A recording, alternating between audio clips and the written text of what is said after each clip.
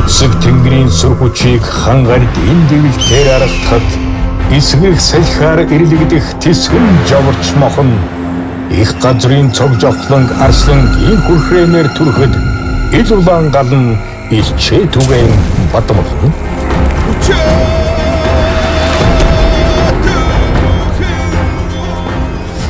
Хэн салхи хамтагдсан Монгол зоогоо хүртэхэд хэн бүхний альжаал хэмжээлшгүйхээр тайлэгдэн эцэг өвөг дурсул баатай амт чөлөө зоогдоход эсхий дүүрхтэн түмний сэтгэл тэнийг амсгин.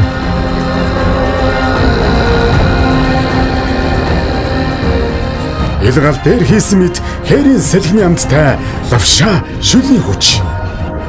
Үндэсний брэнд лавша 7 өнөخت 4 удаа шүлтэй хоол ид.